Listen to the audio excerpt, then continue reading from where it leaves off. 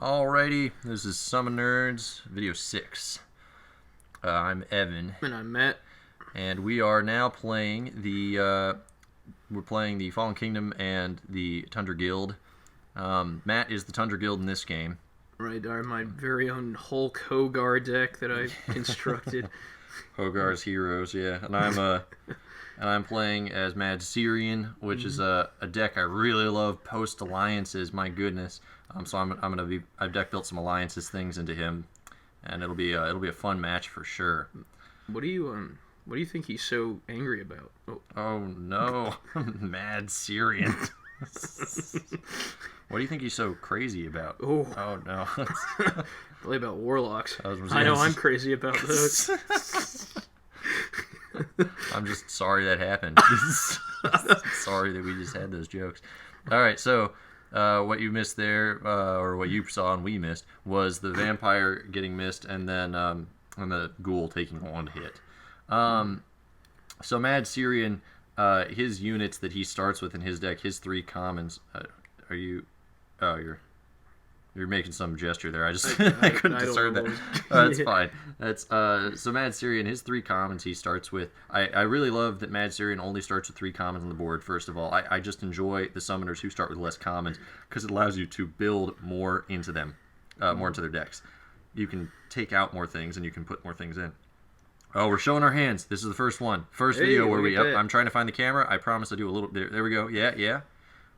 A couple cultists of different factions, and so yeah, we actually managed to show our hands very nearly every turn this game. The only times we didn't show our hands though was when either there were a few turns in this game, spoiler alert, where my hand didn't change, and I didn't think it was necessary to show you a 10-card hand that was the same hand as the last turn. So. That happened once or twice, and I think there was actually one turn where I legitimately just forgot, but it wasn't hard to determine what cards came from it. Alright, so here I go. Vampire doing his shtick, moving up over that ice golem. We're gonna... Man, vampires are great units, too. Oh my gosh, yes. I've never considered putting them in a ret deck. I don't know if they'd be all that useful in his deck, but they're just such amazing units. Yeah, I don't typically put them in either. Just maybe like Splash 1 or something, just for like a surprise. I don't know. They could actually be pretty good in Immortal Alien.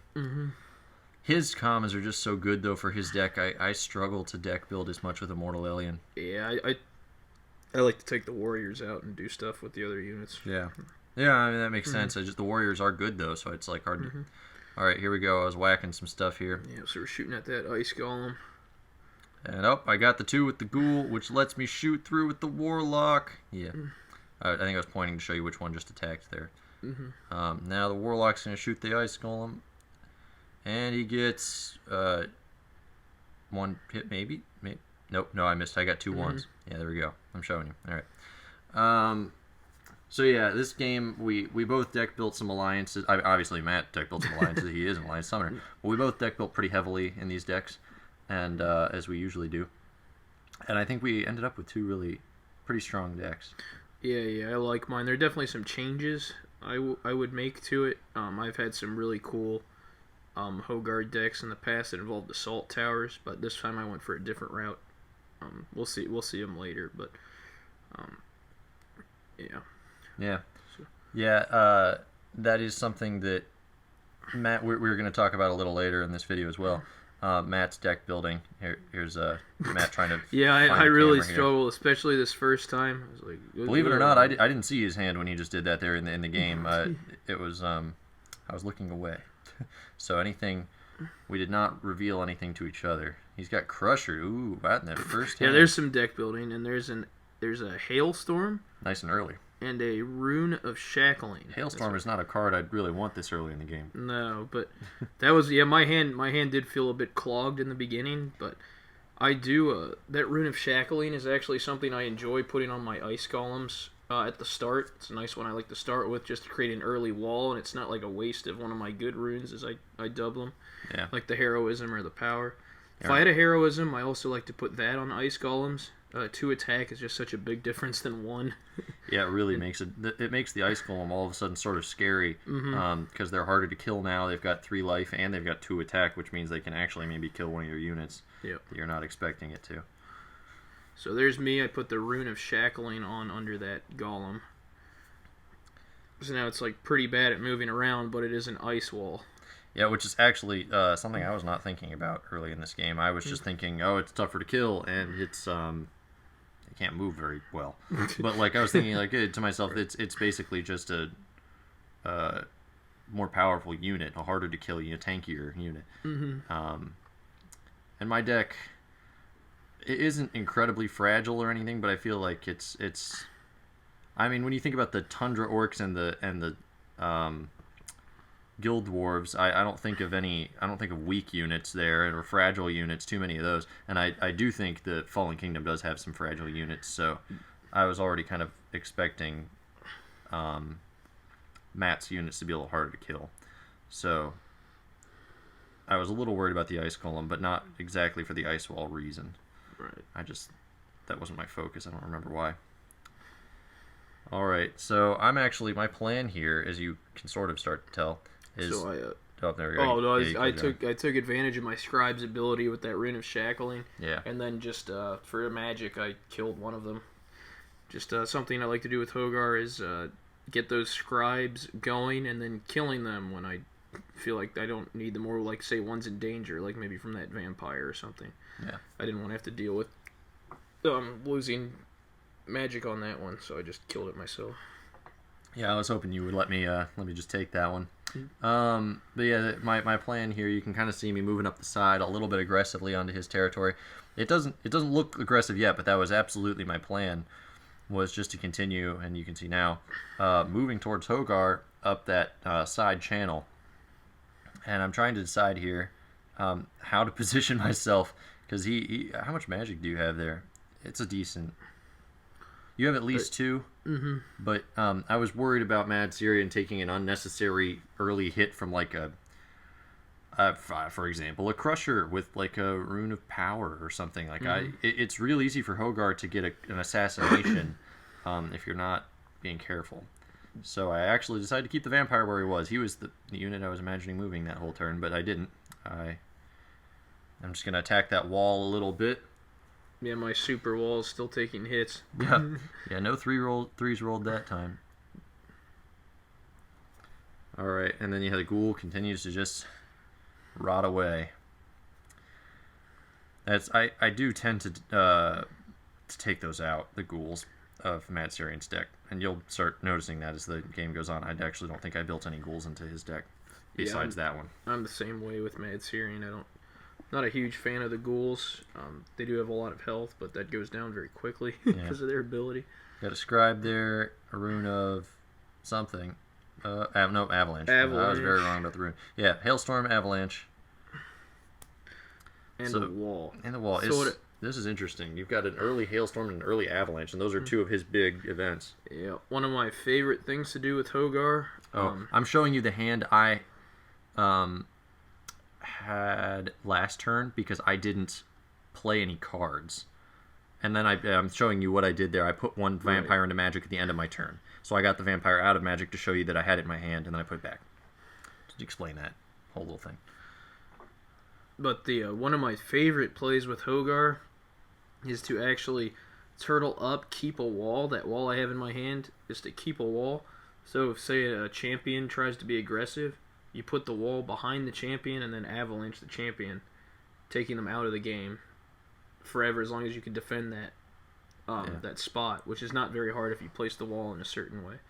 So it's kind of like a big magic swing there, unless they manage to free the champion. But Hogar, I feel like Hogar is very decent at turtling, but I just liked this game was flowing differently, and my hand felt kind of clogged, so I kind of do exactly what I said, but you'll see it go down in a different way. Yeah, here's me moving around. Turtling up fairly effectively so my vampire can't hit Hogar.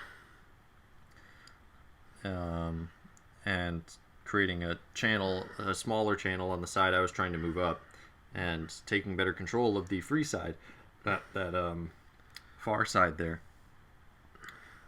All right, he's looking at some magic. Yeah, you have 2 magic. It looks like maybe. Yeah.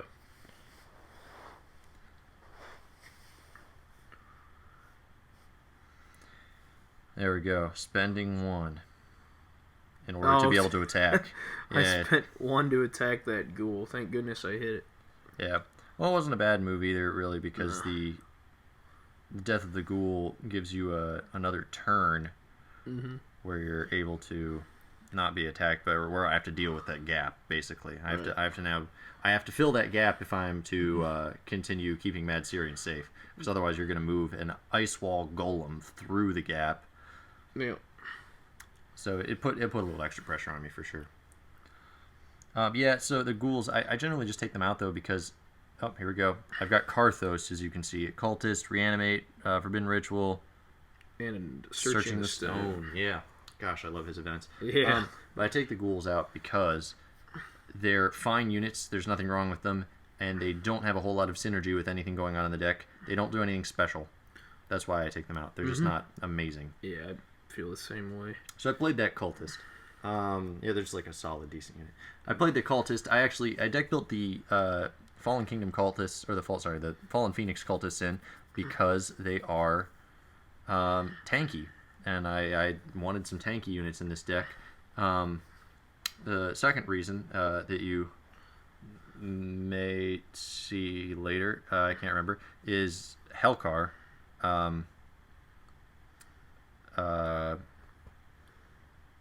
Yeah, that's all I have to say about that, I guess. She's in the deck, and if I'm going to have cultists of the Fallen Kingdom and the Fallen Phoenix variety, there's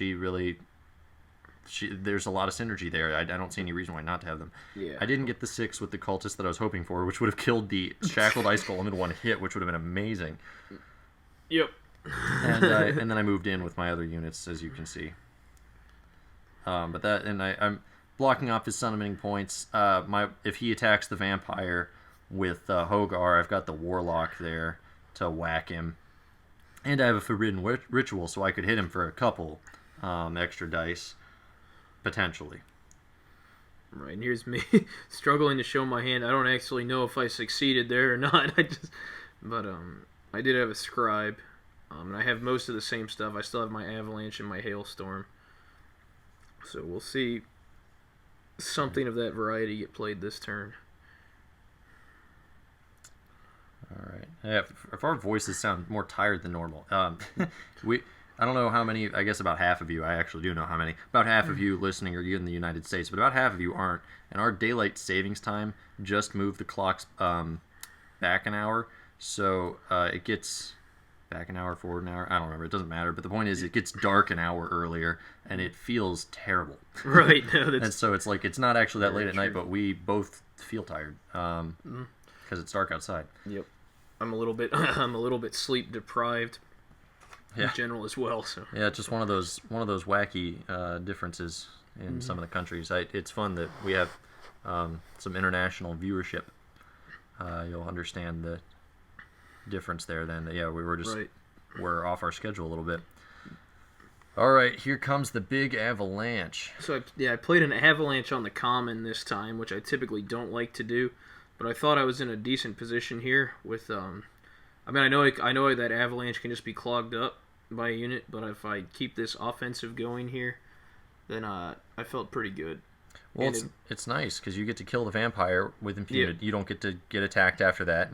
You're free, you're safe, and now you've created a summon point next to Mad Syrian that I have to deal with. Mm-hmm. Got the 1 on that cultist there. Yep. Oh, I put the wound marker on that cultist like right on his red clothes. I could not see it there. All right, we're good. There is a wound on that cultist. All right, and here I go. I used Searching the Stone before too long, and that's when my hand gets crazy. It was quite the game for us to start showing our hands because my hand size balloons very quickly. I did some large number of cards. I'm actually a huge fan of the Searching the Stone event. Oh, me too. Yeah, gives you so many options in your hand and lets you summon during the event phase. Yeah, that's the biggest part. Any card that lets you summon during the event phase is just incredible. Here we go. Reanimate, Searching the Stone, Forbidden Ritual, and another Reanimate. Reanimate's another amazing card for the same reason. Lets you summon during the event phase. And honestly, summoning some of these tanky, nice units for free, effectively. I mean, I know it's a wound, but it's just a wound. Yeah, which Mad Syrian can get rid of. Yeah, he can shrug those things right off. So I'm trying to decide. I just used to Reanimate what I'm pulling out here, and I think I'm looking. I'm trying to decide which one goes in which places. I think I'm going to pull a regular Fallen Kingdom Cultist and a Vampire. Is I think what I decided on. I think only one wound goes on Mad Syrian for the Reanimate. I don't think both units come out this turn. Oh yeah, that might actually. I might be deciding between them right now. Yeah, I think that's what's happening. This is something interesting about Reanimate. I didn't know until this game. I mean, I might have known at one point, but it never mattered. Was that you can use from either discard pile? Yeah. I just always assumed it was from your own. Yeah, so I can pull cards out of Matt's discard pile, which is great. Great for me. So I went with the slightly riskier play here.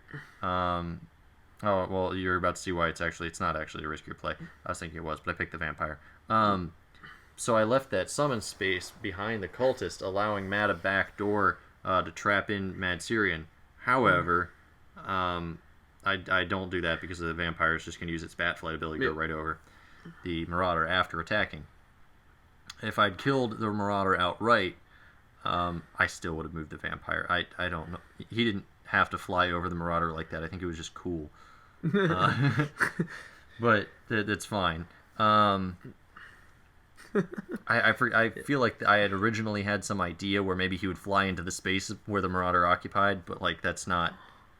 Either way, he could have just attacked from the other side. I don't know why I summoned him on the far side.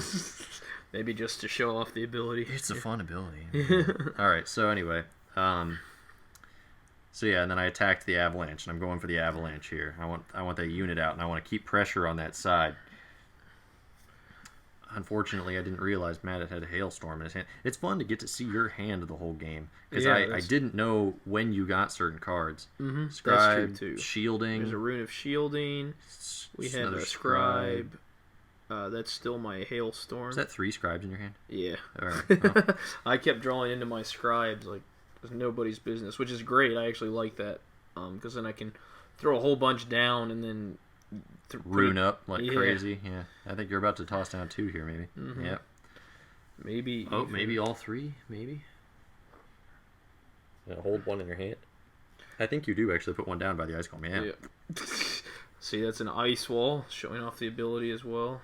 Yeah. So now he's got 4 Scribes, which is amazing because it really allows him to order his deck, and it gives him a lot of control over the pacing of the game.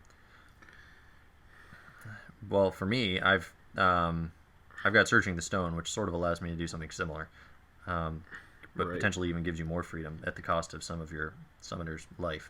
Yeah. I do love Searching the Stone, though. It's amazing. Yeah, I'm a big fan as well, especially when you have a huge pile of magic. You can. It's like Summoning Surge, also, where you can summon commons and champions during the phase that you play Searching the Stone, which is just phenomenal because like reinforcements you have to play only commons and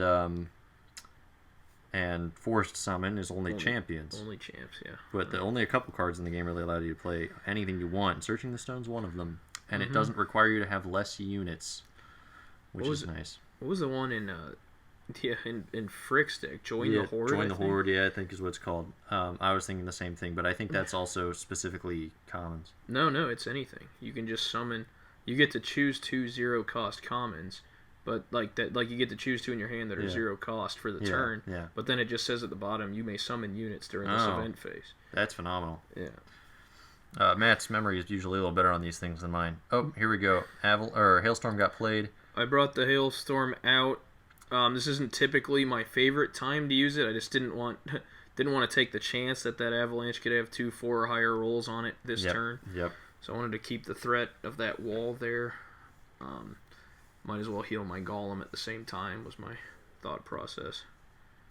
Yeah, it's unfortunately weakened his walls though, which I'm starting to break through just from some repeated strikes. Right. I'm rolling very well on his walls this game. Here we go. He gets 2 on that. Vampire. Little vampire. And he's been stocking up some magic, and I haven't been paying attention, so wow. Look at that. That big pile of, I think, about 7. A hefty sum of magic there. 6 or 7 there in that pile. Alright, and here he goes, killing his own scribe. Hogar's a ruthless leader. Yeah. He served his purpose. It's hard to imagine Hogar looks so noble. Yeah, like, I can't imagine that. Exactly. Hogar doesn't look like an evil, ruthless captain. Yeah, speaking of which, Hogar's cards are some of my favorite looking in the entire game. Oh my gosh, yeah. Some of the art for alliances was just, it blew me away a little bit. It was great. But yeah, Hogar in particular looks pretty cool. I love his walls too. Those are my favorite walls, I think. Not that I've ever ranked the walls, but well, it's just, it's funny. It's the little things sometimes. Yeah. It's just little things in games really stand out to you. And yeah, the art in this game, while not maybe the most spectacular art I've ever seen in my entire life, but it's some of the better game art I've seen in my life, and it serves the game purpose very well. It's fun. Saw some good stuff. Right. Definitely saw some warlocks in Evan's hand there. Some of my favorite units ever, especially in Mad Syrian and actually Rhett Talus. Both make amazing use of warlocks. Yeah, Rhett with the summoning them from with Legions of the Dead in particular, he can get a warlock for 1 magic, which is just absurd, and then Mad Syrian can get a warlock for 1 wound. Yeah, which he can just erase later. Yeah, that's another thing about Mad Syrian is if you keep him in like a bottleneck type situation where you just keep shooting at units, and he can't be surrounded from multiple directions. It's really hard to kill him because he'll just keep healing himself while taking damage. Yeah, because he's likely to get he's 90% almost. I think it's 89 technically, 89% or 88.9 something like that % likely to get a hit, as long as there aren't any additional modifiers.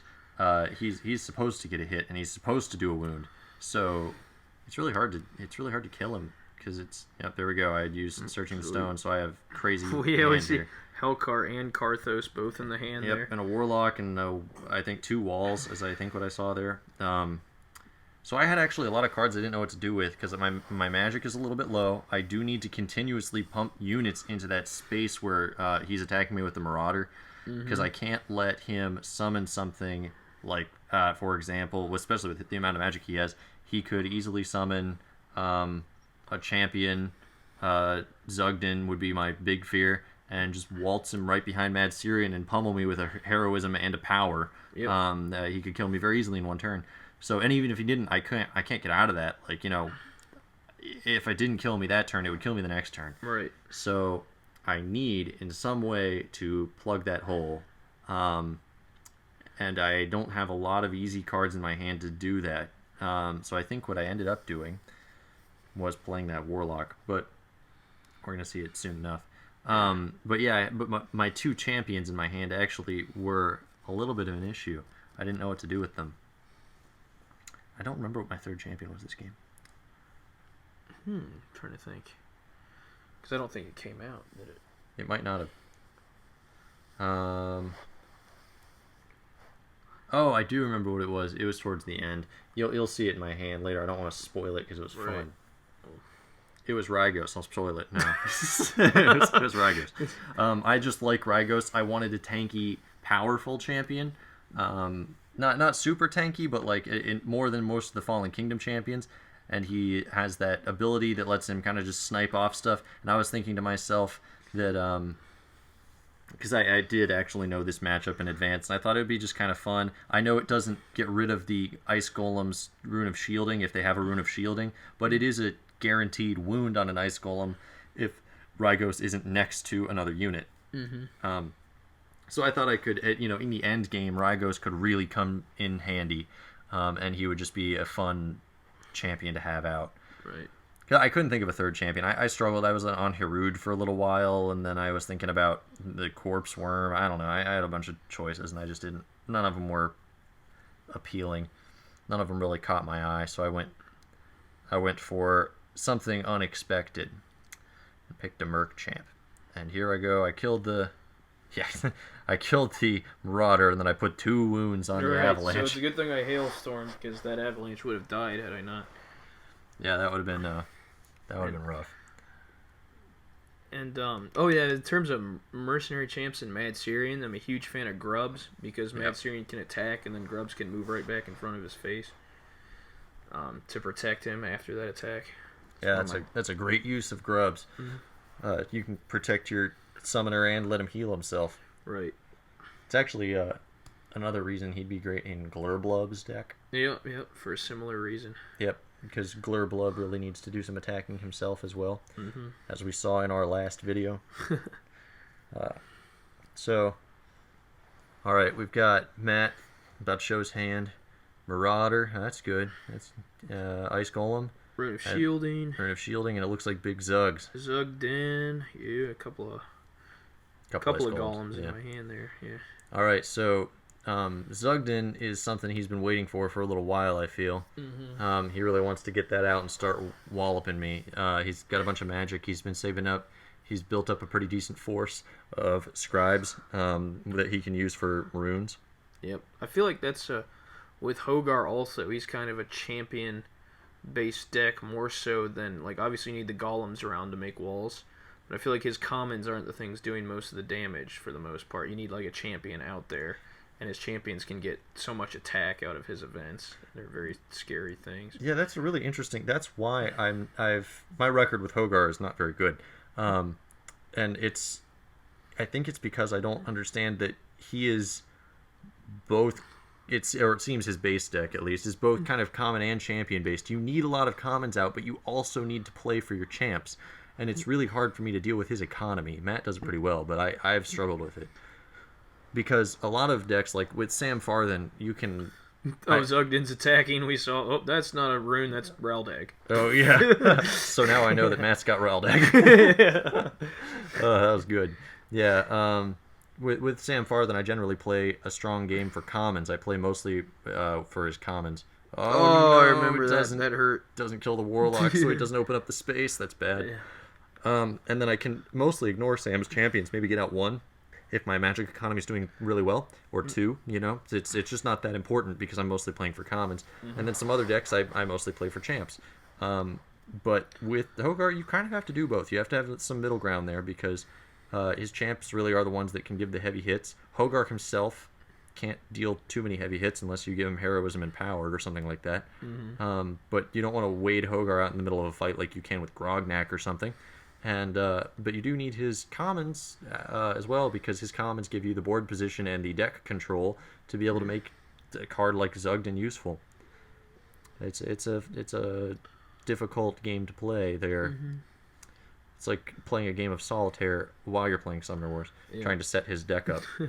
No, it's true. It's not always easy to set up his deck either because you don't always draw into your scribes. It depends on the beginning draw you have. It's very difficult sometimes too. Yeah. And if you're playing for like Vognar and Ice Golems too, then you better hope you don't just draw into all your Ice Golems that you can't do anything with right off the bat. Because what's Vognar going to build? But that's why I like the Assault Towers also, putting them in his deck, because then Vognar can build a bunch of things. Yeah, it's true. I actually almost... I was thinking to myself, I was thinking about playing Hogar this game when we were trying to decide what to play. My choices were Hogar or Bolvi or Mad Syrian. And then Matt picked Hogar. And that limited my choice to Mad Syrian because I'm not going to play Bolvi against him. Right, we typically don't like to play faction against faction, even if the decks are different, especially since we only have one of each deck. So. Yeah, so if Matt picks the Assault Towers out, I'll know that, first of all, I might not be able to play Bolvi if he takes all the Assault Towers out, and second of all, I'll know that he has them, and so it's a little less fun. It's also thematically kind of ugly, but that's fine. If we ever got a whole bunch of new cards, perhaps we could do a few of those games. It is like a little bit less fun to think about those matchups. Yep. So there goes my Avalanche, a few turns of life. So I didn't accomplish my goal of getting over to Mad Syrian by that time, but I did force him to spend some magic to play in a certain way. Yeah. So I definitely... He still controlled the board for those turns, so it wasn't a bad play. The only bummer is that he didn't kill my Warlock, but then it didn't actually really turn out to be too bad because my Warlock got 0 wounds on Zugden. I just outright missed him, which we didn't talk about when it happened, but I missed him outright. So all I really gained out of that was an extra turn of blocking Zugden's path. which is not to be underestimated. That was actually huge. Right. But I wish I'd got a wound or two on him also, because that would have made killing him later easier. So, all right, what do we got here? I do like the fact that Mad Syrian also has wounds on him, and I didn't do any of that. So I haven't had to work for those 2 wounds on him. Yeah, it's funny when I'm playing Mad Syrian, I'm just like, oh, I can go down to 3 wounds and not worry about it and like keep him there all game. He's like weaker than Endrick or like regular Prince Elian, you know, like, but I'm not worried about him having so little life. Whereas when I have Endrick or Prince Elian, I'm like, oh my gosh, I have the most fragile summoner in the world. I have to be so careful. Right. But I really don't mind playing with Mad Syrian down at 4 life left. I'm the same way. I feel like I'm. It's not always correct. I actually do believe I'm undefeated as Mad Syrian, but I've only played him. I've played him like 6 or 7 times. Yeah, that might be true. But I have gotten down to 5, and then you can't really do much with him at that point because you don't want to get him in the action because he'll just get hit. But that's kind of the mindset I have too with Mad Syrian. I'm like, I'll just take a whole bunch of wounds and do cool things all the time because I'll just get them back. But Mad Syrian is interesting because I know I have been defeated with him. Not to spoil the end of this game or anything, I know that I have been defeated with him in the past. But I think we played a series a while ago where Matt was Merrick and I was Mad Syrian, and you won at least one of those games. I think you took 2 out of 3 of those. Yeah, I remember. So they I know were all lightning quick. They were all so fast. Oh my goodness. So I know that I've lost with Mad Syrian, but my record with him is good. Right. He's just a good summoner, especially with the alliances. That's where we've done most of our games with him. I think is now that we've had alliances. Merrick's one of my better decks too. Yeah, well, you're just cloaks. You're good with the cloaks. I love the cloaks. They seem to be a niche for you, where they aren't necessarily for Joe or I. So, all right, we've got another rune going down. Is that the shielding on that ice golem? Yep. Had that in your hand for a little while. Well, actually, that is a new shielding, I believe, because I believe I put. Do you put one in Magic? No, I put that one of my golems has a shielding and a shackling. Oh, right.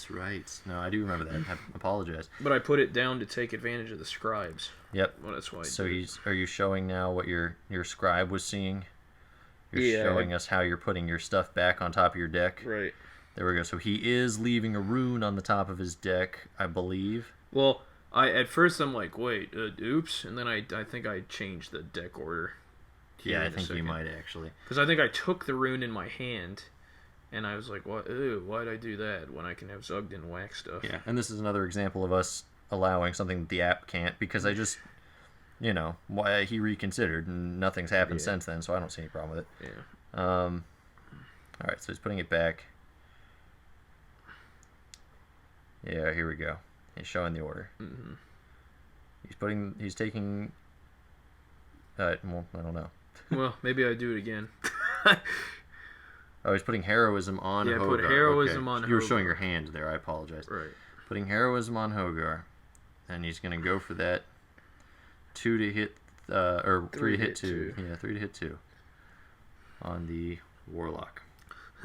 Yeah, it's interesting. A lot of my games as Hogar have been won from a heroism power from Hogar himself. Yeah. It's I very rarely accomplish the dream of getting massive attack die on my big hitting champs. It's usually like a summoner's in my face, and I'm like, the heroism and power on Hogar, and then he give Hogar a fighting chance, and then and then he does pretty well. Oh no, it's Wagner, so he doesn't get it, which is good. You wouldn't want to waste one of your runes on a Warlock with 1 life. Well, left. it wouldn't be wasting it because it would be it would just go back to the top. It wouldn't. Well, but you're going to draw something next turn because you played a card, so it won't go back to the top. Yeah, I think that's exactly why you did that, because you knew you were going to draw something next turn, and you didn't want to use up your rune on a silly Warlock. Silly Warlock with 1 life left. So now he's opened that hole, and he's opened a hole right in front of Mad Syrian. He might take a little whack from Mad Syrian, but he it's probably not going to be too bad. Nothing too big to worry about. Right. But what he doesn't know is I like to live dangerously. I've been planning this risky play for a long time. Should he dare to bring Hogar into this position? We're waiting for Matt to kind of get his stuff done. Yeah, here we go. All right. Draw up. Nope, I'm not drawing because my hand is enormous. I think this is one of those. It might be one of those turns where I don't show my hand. I'm eating my words. I need to show you my hand a little bit. Yeah, it's a brief hand show there. You can go back and pause if you need to. But the point is, I have a wall, I have a reanimate, and that's all I need. Wall and 2 forbidden rituals. 2 forbidden rituals come into play this turn. It's kind of important. And like Dunce, I didn't take full advantage of them, but that's okay. We can explain that in a moment. So, I'm sure. But I don't have the card I want in my discard. Now I'm gonna look at Matt's. And I've been waiting for this for a long time because I knew he had this card in his deck, or in his discard. Yeah, I knew it. Yep, the vampire. That's the one I want. There we go. So here in this situation, the reanimate was applicable for the other person's discard. Yep, and it really mattered here because I didn't have a vampire in my own, so I'm putting a wound on Mad Syrian here. Now I'm using Forbidden Ritual. Now I'm using the other Forbidden Ritual. Kaboom. So now my vampire is 4 attack, and so does Mad Syrian. I was really hoping to use the Forbidden Rituals in conjunction with Karthos, because then you can get up to 4 precise ranged die with Warlocks, which is absolutely ridiculous. And I've done that before against Merrick in the game where Matt and I played those games, which we didn't film. I apologize, but that was a long time ago before we were filming. So and getting 4 precise die is just crazy in general, but if they're ranged on top of it, just wow. Or with vampires flying over things. So here's what I did. Move the vampire in, move Syrian back. So what's going to happen here is vampire's going to strike with 4 dice. I'm getting all excited. And 2 hits. Yep. So there's 2. So 2. And you're not supposed to get 6 out of 8, and I know that. So, if that's... if that gets commented upon or anything. I kind of knew this was an unlikely play to win the game. However, the consequences were not so extreme for not killing Matt this turn. It did give him potential odds to win, but it also gave me whatever it is to get 6 out of 8 die. Off the top of my head, I'm going to say 40 or something % chance.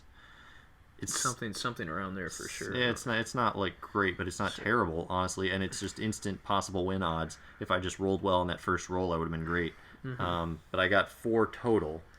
I got 4 total hits, was actually just a little lower than you're supposed to. And then I forgot. This is the big thing. I forgot to attack with my cultist. I should have just attacked that wall that's really weak and wounded, because he didn't attack anything that turn. I just attacked twice and then stopped my turn. There was no reason to do that.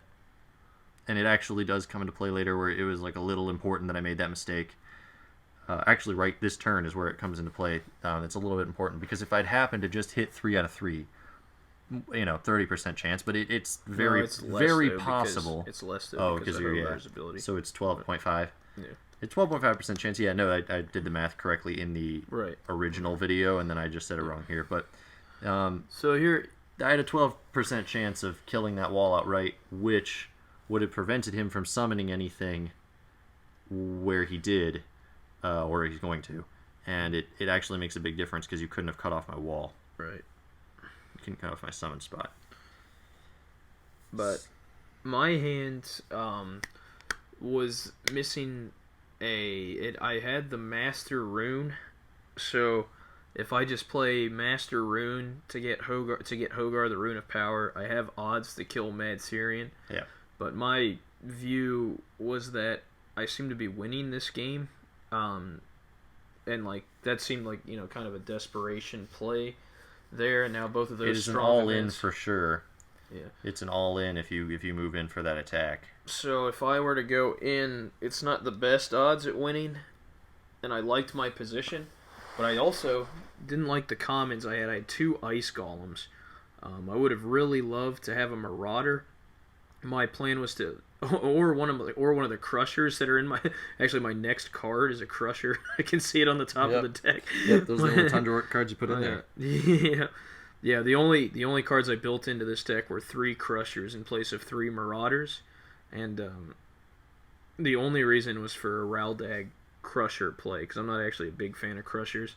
I just like that with Raldag they become great so I wanted to do some Raldag Crusher stuff. But Yeah, I actually forgot that you deck built so little on this game. Yeah, this is mostly his base deck. Yeah, well, that's the thing is, I could have made, like, I'm like, oh, I could have put Krung in there, I could have put Grower in there, who both benefit from Hogar's events. I just really like I really like the idea of Hogar's base deck, so I don't like to tamper with it too much. I just really like the idea of the synergy there. Sometimes it doesn't always work out for me in how I draw.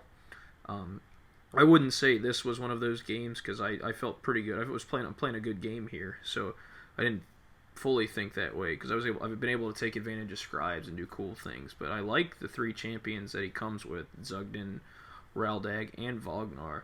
I love the synergy they display in his deck, so I wanted to keep them in there for one of those because it's hard to take advantage of all 3 of their abilities throughout the game.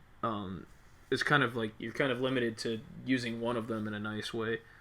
I actually would have really liked Vognar to come out with his massive health, and just building free ice columns would have been amazing. But I have Zugden instead, who's just a big powerhouse, so I was playing to that this game. Well, Zugden's scary for me because of the champions I happen to have in this deck. The only champion who can really stand to Zugden easily is Ragos, who is still at a disadvantage against Zugden that has runes. So it's not a great play for me to be able to send Ragos to his doom against Zugden. And then Helkar can't take Zugden, and Karthos can take Zugden if you have a surplus of magic to be able to summon your own units back, but not so much when you have Zugden and not a whole lot of magic to deal with. That's just a tough. Zugden's a hard one. He's a champ killing champ. He's sort of like Rukar in that regard. He's a very good single combat champion. He doesn't take on groups quite as well as someone like Krung, but in one-on-one, it's hard to kill him. Yeah, especially if he's backed by those runes and his ability nets a rune for him to attack. Well, and see, right now he's in this great little corridor as well. So you'll notice Matt summoned 2 ice golems. The one he's touching right now and moving behind my wall, that's the one I was saying, if I destroyed his weak wall there, he wouldn't have been able to summon there, and he wouldn't have been able to cut off my summon point with that ice golem right now. That's why it was important that I just did not attack that wall, and it was a silly mistake on my part. It could be worse. You can see from the length of the video that it didn't end me right there, that mistake, but it could have, and so it's worth watching when you're really focused on getting 8 dice on your opponent's summoner. Don't forget the small things like attacking the wall. It's still important. Right. But he does have me in a terrible position right now. I'm trapped. Zugden is going to be able to attack me no matter what next turn. And I don't have odds to live with Mad Syrian if Zugden does attack me. He's also got Hogar threateningly close just in case, and those ice golems aren't easy to kill. Just all of this is a little scary for me right now. He's attacking me with the ice golem, I believe. That's what we're going to see here. He's thinking about it. I'm debating whether or not to attack the cultist, but I realize I don't want to do that in case there's a vampire that gets summoned there. Yep. So I'm going to hit Mad Syrian. Yeah, because you could have killed the cultist. And I just missed. So not ideal. If he'd killed loved to get another wound if he'd on killed him there. that cultist, I'm pretty sure I did have a vampire that I could play, and that would have been, or a reanimate for another vampire, which would have been fine, and it gave me 44% chance at winning, which was not what Matt wants. So he's going to continue, whacking my walls a little bit here, doing some general nonsense. What I wanted to happen was, instead of having Hogar run in with the heroism power, I wanted to have I wanted to have a Marauder and the Rune of Power, put the power on the Marauder, discard heroism using my own 2 magic under Hogar, and then mastering it back onto the Marauder to have the odds of killing Mad Syrian, but if it failed, then Hogar would be okay. Yeah. Was the idea there, but I didn't draw into a Marauder. So, you saw my hand there. I've got Karthos, and then I've got 4 commons. This is kind of a pivotal moment for me because, as you can see, Zugden is charging up the rear, and I don't have really anything left on the board. Matt has me in a pretty decent surround. What I'm going to do is I'm going to look through his discard real fast, and Matt's probably realized what's going to happen here. I have 7 magic. I believe I have 7 magic. So, with 7 magic, I have just enough to play Karthos.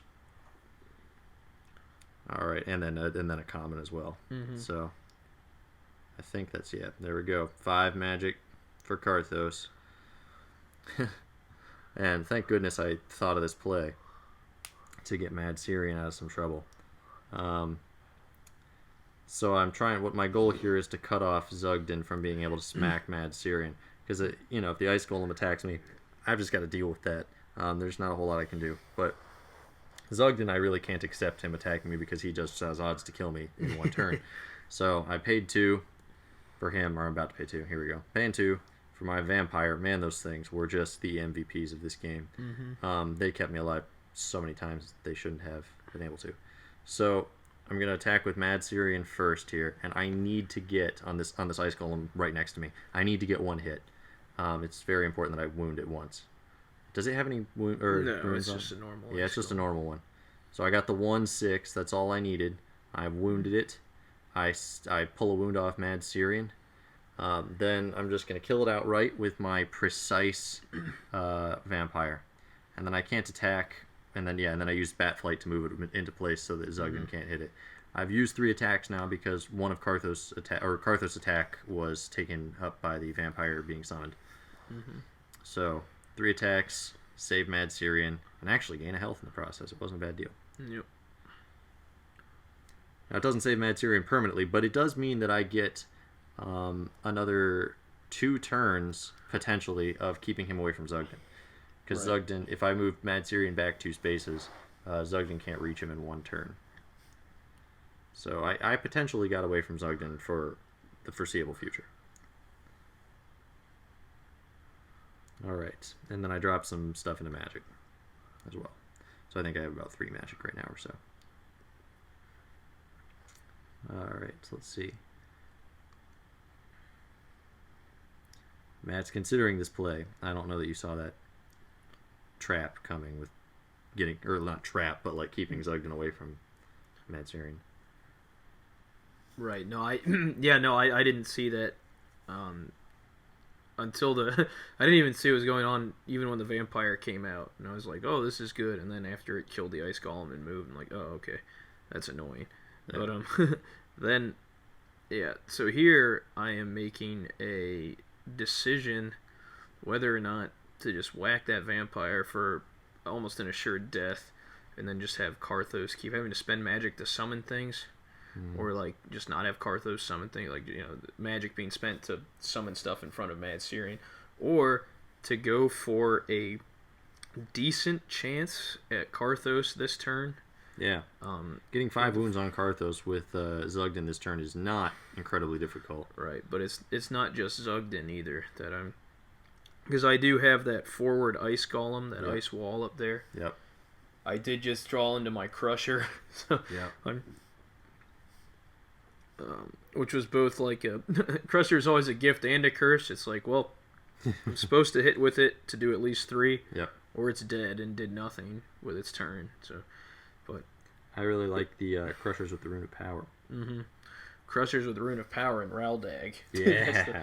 That's the goal. That's the key. Raldag. I never ever seem to draw Raldag as my first champion ever. I don't know. No, me either. He's almost always my last champion. Yeah. And I never really get to use him as anything more than just a champion with 2 attack and 6 life. Right. No ability really comes into play. I did have a cool game against Joe one time where I was Hogar, and I got to use Raldag under a Marauder to get the last 2 hits on Jaxic. It was cool. So here I am playing the Crusher.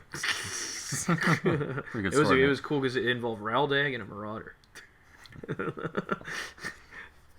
I don't think I really actually don't know that I've ever got. And there's Rune of Power under Zugden there. Oh boy, here it comes. Yeah, so Power with Zugden gives him, he's likely to get 3 wounds with that. and then the Crusher is supposed to get 3 wounds also, or die. Those are the two big chances here he's got. He's either gonna kill me with the Crusher, and Zugden combined, or his Crusher's gonna die and Zugden's still gonna hit me for supposedly 3 wounds would be the expected roll. So we're about to see what happens here. It's a 10. Yeah, he's trying to decide what to do with Hogar. Maybe get him out of there a little bit. So there's only... Yeah, because the way it was there was a vampire opportunity there that I didn't like. Flying over that ice golem and hitting Hogar. Yep. Yeah, exactly. If I'd summoned a vampire in front of Mad Syrian, I could have just flown over and whacked Hogar. That's the other... It takes some thinking to think about the scenarios Mad Syrian can conjure up, especially with 10 cards. Yeah. In his hand. So there's my Crusher just dying, unfortunately. Yeah, so it didn't hit. Didn't hit Karthos. Those 2 ones with Raldag, it still would have died. Yeah, that's wow. That would have been a really depressing Raldag play if Raldag was out there. Yeah, that would have been the saddest thing possible. So all right, so no wounds so far. So Karthos is likely to live now, but he's still likely to take most of his wounds that he's going to take all game. All right, so he attacks with the Ice Golem first. Yeah, on the Cultist. Oh, yeah, on the Cultist, because there's now no longer any worry about a vampire. There's no vampire worry now that I moved in that way that I did, but he missed, unfortunately. He missed that Cultist. I'm okay with that. I'll deal with that sorrow. And then, so now the decision is between Zugden killing that vampire or attacking Karthos. Yeah, if he'd got 3 wounds on Karthos with the Crusher, then it was the obvious play was to kill Karthos. Mm-hmm. But now he's got to decide. Well, I did. I decided to attack Karthos. Okay, here we go. And I knew that the last card in my deck there was a Rune of Nullification. So he had 4 die, and they were all powered, and I didn't get a single 5 or 6. So I just hit 2 normal wounds with 4 die. Yeah. So you had actually much better odds. You were supposed to get 4 wounds. Yeah. Probably was the expected roll there. Mm-hmm. Expected roll was 4 wounds. Or so. Yeah. Yeah, that's rough. That's actually just rough. So I had a very bad turn there. So Karthos is fine, and the vampire is fine. I spent magic on a Crusher that didn't do anything. Yep. Well, I mean, he came back to your magic pile. Yeah. He did that. He wasted one of your attacks. Yeah. He did that too. Yeah. Crushers are either just absolutely game-winning, or they're just the most pathetic things. I once beat... Was it Joe that I was playing when Joe was Tundle? Yeah. Was that... Yeah. I had to hit one hit left on Tundle, and I summoned a surprise Crusher. It was the only thing I had left in my hand. It was the end of the game. Joe was supposed to win because there was no... It wasn't even a surprise Crusher. No, it was a wounded Crusher. I had 1 wound left on this Crusher. That's right. Yeah. And I charged Joe. I had to hit all 4 hits just to get 1 wound. I did it, so I won that game. Man, that was satisfying. So Crushers can be just great, but man, if I'd had any other unit in that scenario, it would have been better. So I was lamenting there too, taking my Marauders out for those Crushers, because a Marauder would have been more likely to. A Marauder could have just hit him. And hit him for even just 1, and then had survived. The Marauder would still be there. I'd have to deal with the Marauder, unlike Zugden sitting there alone now, with no Crusher to be found. So now I'm trying to decide exactly how I need to get out of this. He still has a full health Zugden, and I know that I huge lucky break with Karthos, but it doesn't remove the threat. Because he's still got Ice Golems with runes on them, and I still got to deal with the magic needs of Karthos if I'm going to use Karthos. So I play a Warlock to keep that summoning space, to lock that down, so he can't summon from there. I pay to get rid of power. No, it's we decide against it here. Oh yeah, I do. I thought about it for all of those seconds, and then I thought, nope, that's not worth it for the magic. Because you were wondering if the Master Rune could affect both discard piles. Yeah. I was like, yes. Well, even still, I was just thinking that I'm not positive it's worth the magic, because the I wanted to use Karthos, but I was also I noticed that my top card there on my deck was a certain mercenary, and I only had one mercenary in this deck, and I'd been waiting for him all game because I needed a champion who could take a punch and could throw one too, and so I'm thinking here to myself, there he is, and I need 7 magic very quickly. And if I pay 2 just to get rid of Rune of Power, which again can be Master Runed back onto Zugden or back to Hogar later, saying none of that's what I need right now. So I decided to let him have it because I'm planning on killing him in the next 2 turns anyway. Is my hope is to kill Zugden in 2 turns. So I keep my magic. I don't do the rune. Don't take the rune. Yeah, and then this is my plan. I'm going to try to heal Syrian a little bit here, and then keep him safe at the same time, because, man, those vampires with their bat flight, they are incredible. So I'm attacking with Syrian first. 2 hits. That was nice feeling. So Syrian takes a little sigh of, breathes a little sigh of relief as he does get to remove a wound. Yep. There we go. And at the same time, I hit Zugden for 2, which actually puts me in this interesting position. I could try to kill Zugden here. Yeah, I attacked with Karthos, I think, so first. That was another 2. That's another 2. So I attacked with Karthos. Yeah, so now I've got this 44% chance to just kill Zugden and keep a better position where Mad Syrian's safe from the Ice Golem and everything. But I don't do that because that's nuts. And I attack the Ice Golem with my Vampire, and I move him back in front of Zugden because, again, I'm not going to deal with Zugden, who is still expected to kill Syrian if he moved and attacked. I guess not anymore because you don't have 4 dice. No, I don't have 4 dice. You don't have 4 dice anymore, so no, that actually isn't likely. But you could pay for your own... I could discard the heroism and mastering it back. Yep.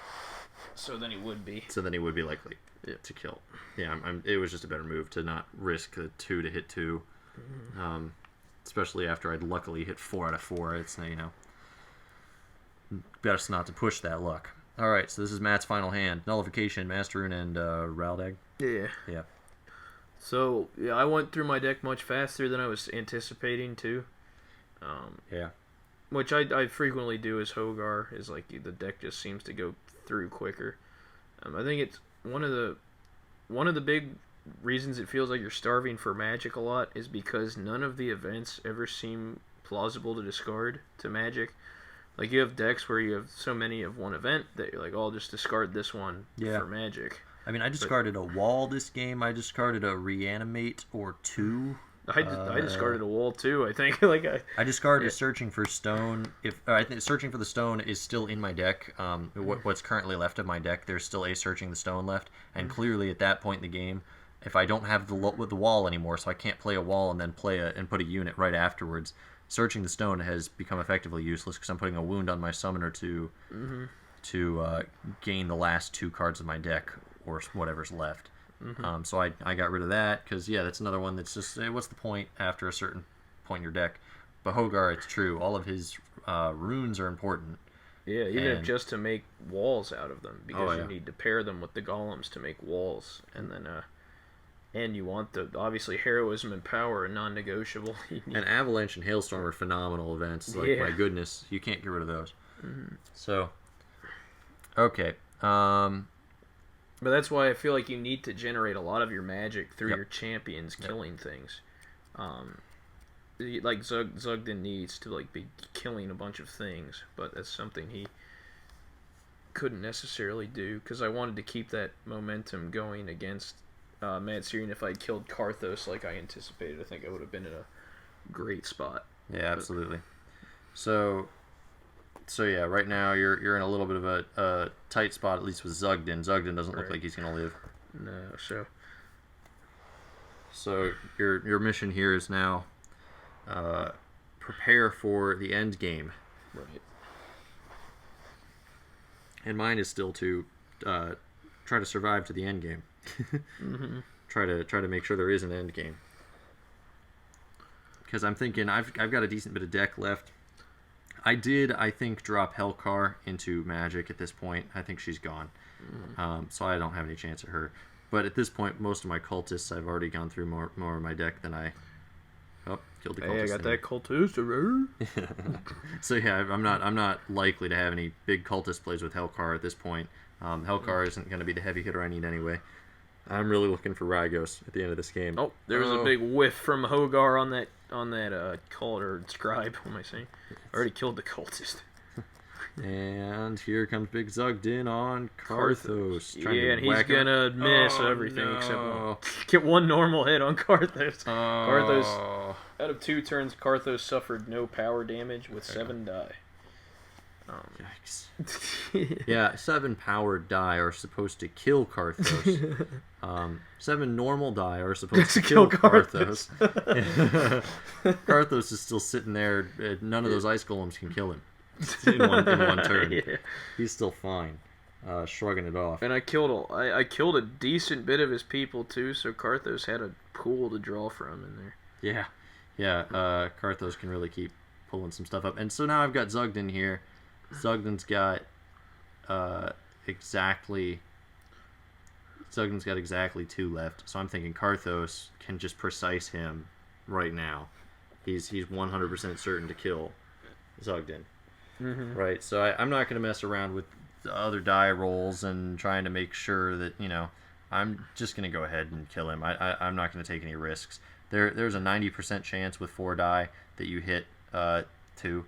There was me saying, that's 3 magic. Yeah, exactly. Yep, which is good, because I actually wasn't thinking about that. I was thinking, Rhett Talus's ability. It's definitely not that is. So, okay, killed Zugdin, which was good feeling. That felt nice. And then going for Mad Syrian on that Ice Golem, which he killed, which felt so good. Not that the Ice Golem had anything under it. It wasn't a wall. I just needed 2 hits, but after rolling well on Zugdin and all the terrible rolls on Karthos, I didn't deserve that. But now Mad Syrian's actually 1 wound. He's doing fine. Yeah, Mad Syrian's healed up most of the damage he put on himself. Yep. It's funny, actually. You haven't done any wounds to him this game yet. No, I haven't hit Mad Syrian at all. All the wounds are self-inflicted. But it was really funny. I played a game against Joe one time where he was Mad Syrian, and he was playing Nakuya Na. That was me. Yeah. And he got to the point where it was a 4 to hit 3 on Nakuya, and he had 5 wounds on him, and he played a Forbidden Ritual to give himself 4 to hit 3. And he didn't kill me, so Mad Syrian died in the process. And I didn't inflict a single wound on him the whole game, but I won. Oh, I forgot about that. That's so funny. Yeah, Mad Syrian's one of the few summoners who can legitimately kill himself by accident. He might be the only one that can actually do that. Because some of the summoners, I've had people on the app in particular, if they absolutely know they're going to lose, instead of forfeit, Joe likes to kill his own summoner, have one of his other units attack his own summoner, which is funny and cute. But Mad Syrian can actually just accidentally kill himself if you're not careful. That Forbidden Ritual. Yeah, getting him down to 5 wounds is a big... If you can somehow make it so that he only has 1 wound left, it limits his turns. Yeah. He can't actually do he can't use pretty much any of his events. Yeah. If you can manage to get him to 5 wounds. So I'm checking the events under these Ice Golems, and what I'm doing right now is checking the rules on shielding to make sure that Rygos can't use his ability to get 1 wound and then remove shielding. But it explicitly states an attack has to be responsible for the wound when you're removing the shielding, and that is not an attack. So I didn't think it could. I was kind of double checking here because I'm thinking about pulling out Rygos for the big play. I don't think I have enough magic though, so I'm considering it for the near future. All right, and here we go. Matt's moving around, rolling. The scribes don't want to kill each other. Yeah, they formed a bond. That's my brother, he said. Hogar's like, I don't care. Yeah, then I'll kill you instead. Yeah. That's what he said. I'm trying to get back up to that 6 magic so I can get Raldag out, who's the last unit I have available to me. So I'm not actually feeling pretty comfortable anymore. I mean, you still have 2 ice golems, both of whom have shielding. Yes. Both of whom have shielding. One of them has shackling, but that's okay. I mean, they have shielding. And once you get Raldag out there, they've got 3 life, and then they're 5/6, of the time they'll get a wound on my units. So and then you've got Raldag to deal with, who's still pretty powerful. Karthos, though he's lived through everything, isn't supposed to live through very much more. And I love Mad Syrian, and he's got a decent bit of health. But if Hogar ever gets up close to Mad Syrian, or even just Raldag with Rune of Power, or which can be Master Runed back, or I'm a little concerned because it would still be easy to assassinate me. That's the ultimate. Well, yeah. The only issue is if it was just Raldag versus Mad Syrian, so I'd maybe have 1 turn of power or something before it just got discarded from me. So if it's just 2 dice going back and forth, Mad Syrian has the advantage because he'll just heal himself. No, Mad Syrian should definitely win against a regular Raldag. I was just worried you'd get a nice lucky roll or 2 and just win. And then after that, of course, you're going to have Hogar follow up with 3 dice because he's still got his heroism. So I wasn't going to chance anything. Definitely going for a conservative play here because right now I definitely feel like I'm in the lead. I don't know that that's necessarily even true. I just really felt like it. I would say so because I was feeling like I was not in the lead. So. You've got nullification still as well. Yeah. Which I'm expecting to get dropped at any second on any. I was actually hoping to draw it onto Karthos, whom I was thinking has at this point of the game probably outlived his usefulness. Yeah. Especially in terms of his ability. He's almost dead anyway. I don't want to put all my eggs in that basket. However, Rygos is pretty powerful, and his ability could be nice. Especially his ability it's effectively a precise die once you move him into the position he needs to be in, and that could potentially kill Hogar or get wounds on Raldag before I have to fight him, or whatever. For sure wounds are for sure wounds, and that's great. I wanted to save it for the champion also. I didn't want to put it on Karthos because he was near death. That's why I haven't put it down yet because I've had it for a couple turns now. So I'm trying to go for the shielded golem, and both times I just missed outright that second one, but the first time I got I think I actually got a 3 and then something else, so it wouldn't have hit anyway. They were still both didn't hit because of Hogar's ability because it's a wall. Well, the interesting thing is if you roll a 3 and a 4 or higher, then the shielding will still come off because both die hit and one actually caused a wound because they both actually hit. Yes. If it was 2 3s, nothing would happen. 3s still count as a hit under Hogar's ability, it's just not a wound. Right. So as long as you don't miss any, and then you also get 1 wound, that's the key thing. So yeah, you are allowed to get 1 3 in there, but. So here's Ral sauce coming out. Yeah, Ral sauce. Put some relish on that hot dog. Oh good no. God. So here we go. Trying to figure out where to place the ice golems. Raldag is just scaring me a little bit because I do realize how much health I have to go through versus the units I have on the field. So I've got a warlock and I've got a vampire. The vampire is supposed to die this turn because if he moves Raldag up, my intuition would suggest that he's going to attack. Oh, there goes nullification on Karthos.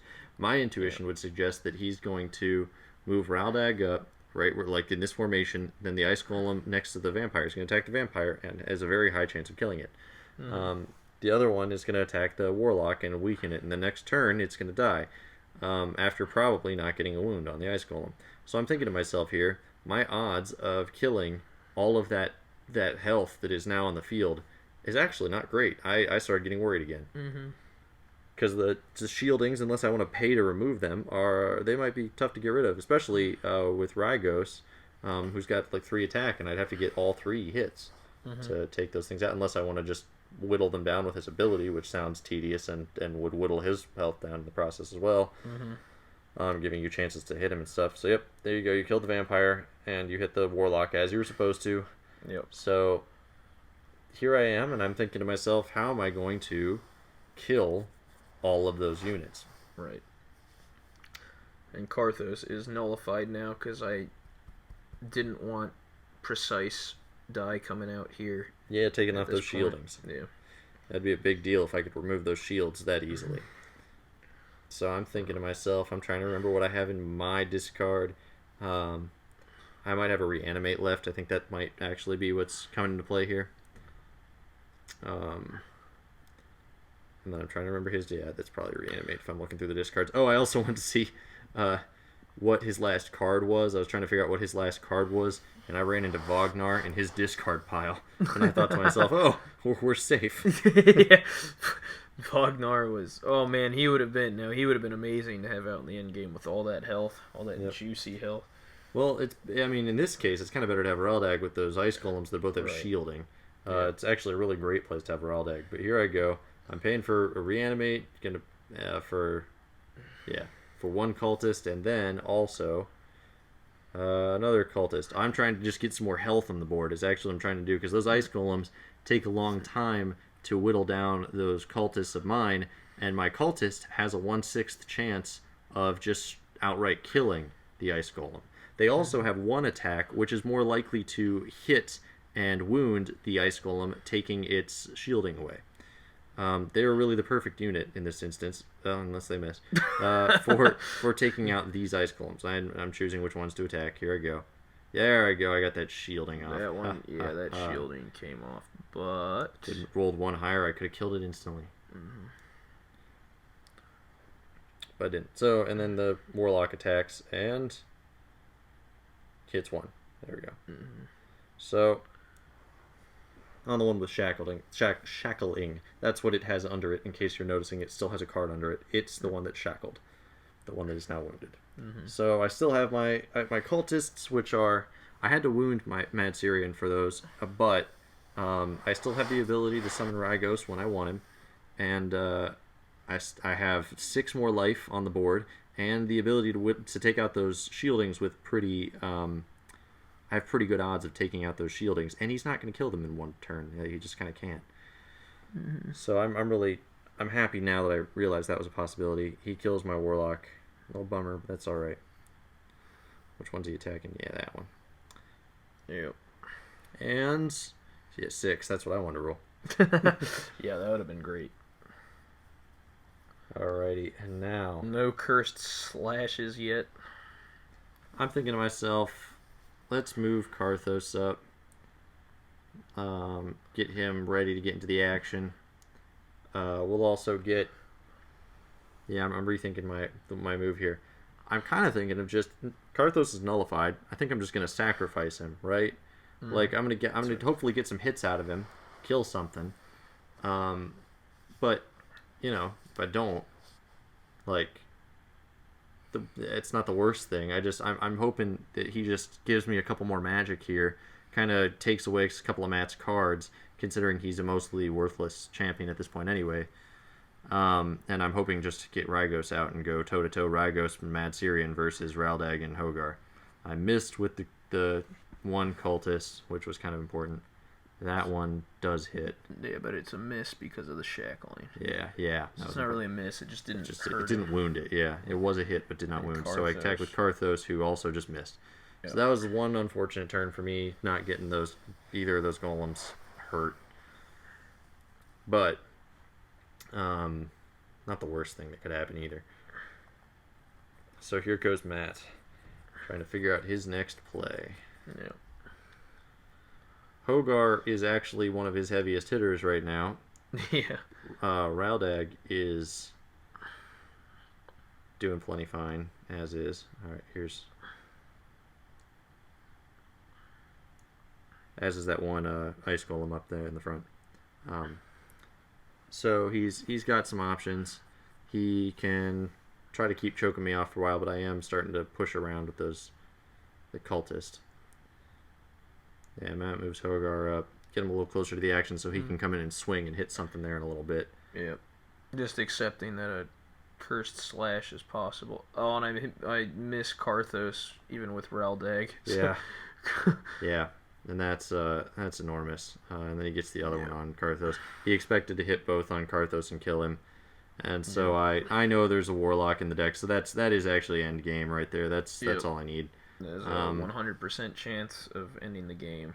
I remove Nullification with 2 magic, because I have enough magic for Rygos, so of course I have enough for this. So I just move, and I go ahead and I don't prolong the game and move anything else into better position. There's no need because it's 100%. I have a 100% precise chance to just kill Hogar with the Warlock. So that's the end of that game. It's kind of a slightly disappointing very finish there, although that's what I've been trying to do with Karthos all game. There we go, but anyway, it was still a great game overall. Yeah, very nice. It was very fun to play. I remember thinking in hindsight, I wish that I had just gone for that 3 for 3 with Hogar, with the power on, with using the Master Rune, but yeah, that wasn't it. All right, well, we ran over our time here. Sorry about that, but thanks for watching, and we'll see you next time. Yep, SummoNerds out. SummoNerds out.